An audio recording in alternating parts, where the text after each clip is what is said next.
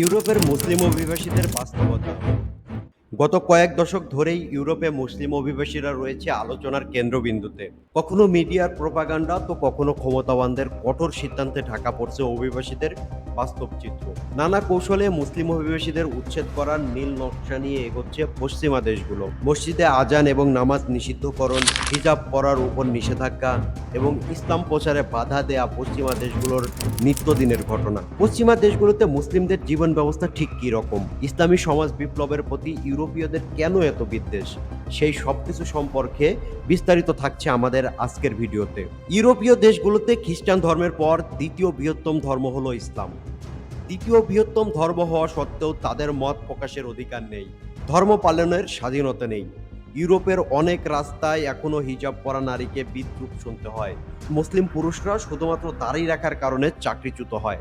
স্কুলে মুসলিম শিশুরা পরিচয় লুকিয়ে রাখে যেন বৈষম্যের শিকার না হয়। ইউরোপে মুসলিমরা যে বৈষম্যের শিকার হচ্ছেন এটা নতুন কোনো অভিযোগ নয়, কিন্তু এই বৈষম্যের সার্বিক চিত্র তুলে ধরতে নারাজ গ্লোবাল মিডিয়াগুলো। আর এর সবচেয়ে বড় কারণ হলো ইসলামোফোবিয়া। ইসলামোফোবিয়া বা ইসলাম আতঙ্ক পশ্চিমা বিশ্বে এখন বহুল আলোচিত এক বিষয়। দশকের পর দশক ধরে ইউরোপের মিডিয়াগুলো মুসলিম অভিবাসীদের নেগেটিভ ইমেজ তৈরি করে এসেছে। পশ্চিমা মিডিয়ার এই অপপ্রচার মুসলিম শব্দটিকে আতঙ্ক, জঙ্গিবাদ আর সন্ত্রাসবাদের সাথে প্রায় সমর্থক করে দিয়েছে। ইউরোপীয় টেলিভিশন, পত্রিকা এবং অনলাইন মিডিয়ায় মুসলিমদের উল্লেখ করার সময় প্রায় ৭০% রিপোর্টই হয় সন্ত্রাসবাদ, অপরাধ আর সমাজের সংকট নিয়ে। মিডিয়াগুলোর এই প্রোপাগান্ডা ছড়ানোর অন্যতম কারণ হচ্ছে ইউরোপীয় দেশগুলোতে মুসলিম অভিবাসীদের সংখ্যা বৃদ্ধি।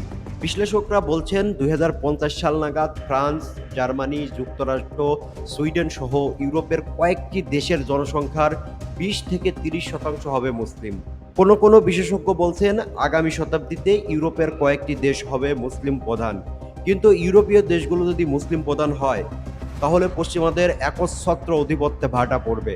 আর এই একটি কারণেই পশ্চিমাদের চক্ষুশূল হচ্ছে মুসলিমরা। বিশ্বব্যাপী নিজেদের কর্তৃত্ব টিকিয়ে রাখতে মুসলিমদের মাথা তুলে দাঁড়াতে দিতে চায় না পশ্চিমারা।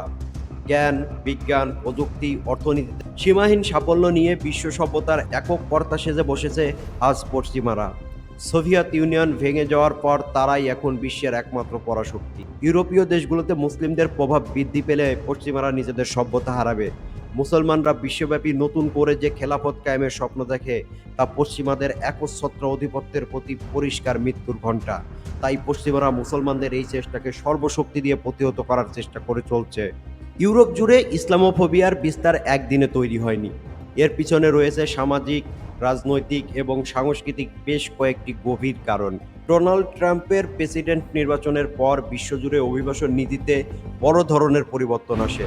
২০১৭ সালে মুসলিম ব্যান ঘোষণার মাধ্যমে যুক্তরাষ্ট্র সরাসরি ৭টি মুসলিম দেশের নাগরিকদের উপর ভ্রমণ নিষেধাজ্ঞা আরোপ করে। এর প্রভাব পড়ে ইউরোপের অভিবাসন নীতিতেও। ডানপন্থী রাজনৈতিক দলগুলো মুসলিম অভিবাসীদের জাতীয় নিরাপত্তার জন্য হুমকি হিসেবে তুলে ধরে জনমত গঠনের চেষ্টা করে আসছে বহুদিন ধরেই। ইউরোপীয়রা মনে করেন মুসলিমরা তাদের অর্থনীতি, চাকরি, শিক্ষা, সুযোগ সুবিধা সব বিষয়ে ভাগ বসাচ্ছে। আর এই প্রতিযোগিতার সংস্কৃতি স্থানীয় বাসিন্দাদের মধ্যে মুসলিম অভিবাসীদের বিরুদ্ধে মনোভাব তৈরিতে ইন্ধন জুগিয়েছে।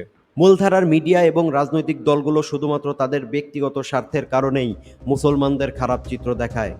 বর্তমানে ইউরোপ জ্ঞান, বিজ্ঞান তারা ছুটছে গ্রহ থেকে গ্রহান্তরে। তাদের আবিষ্কারের সুবাদে পুরো পৃথিবী এখন হাতের মুঠোয়।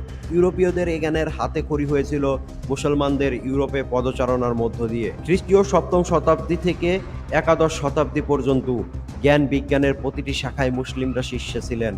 সমাজ সভ্যতা বিনির্মাণে তারা গুরুত্বপূর্ণ অবদান রেখেছেন।